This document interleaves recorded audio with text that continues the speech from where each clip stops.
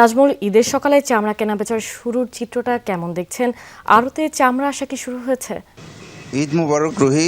এখনও কিন্তু নাটোরের এটা দেশের দ্বিতীয় বৃহত্তম চামড়ার আড়ত চকবদ্যনাথ। এখানে ঘন্টা দুয়েক পর থেকে চামড়া আসা শুরু হবে। আমরা দেখেছি যে বিভিন্ন স্থানে আসলে পশু কুরবানি দিয়ে চামড়া প্রসেসিং করছেন।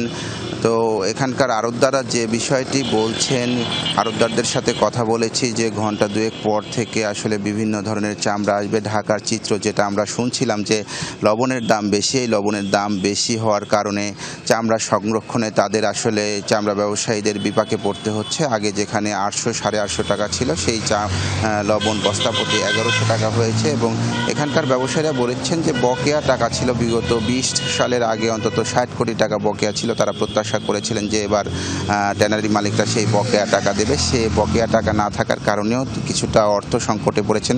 তবে এর মধ্যেও তারা আশার কথা বলছেন যে এবার তারা নগদে চামড়া কেনা বেচা করতে পারবেন এবং যে বাণিজ্য মন্ত্রণালয়ের দাম নির্ধারণ করে দিয়েছেন সেই দাম নিয়ে তারা একটা সংশয় প্রকাশ করেছেন যে সেই দামে তারা চামড়া কিনতে পারবেন কিনা, যেহেতু লবণের খরচ বেশি এবং শ্রমিক খরচ বেশি সব দিয়ে।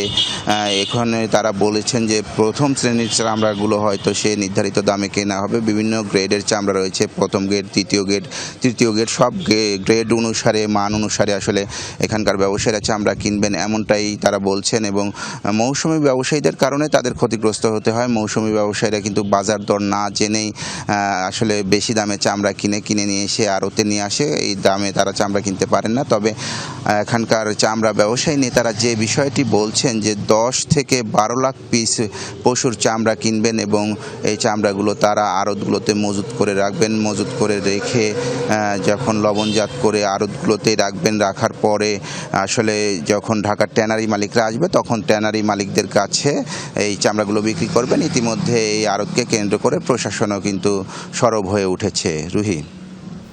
নাজমুল, আপনাকে ধন্যবাদ।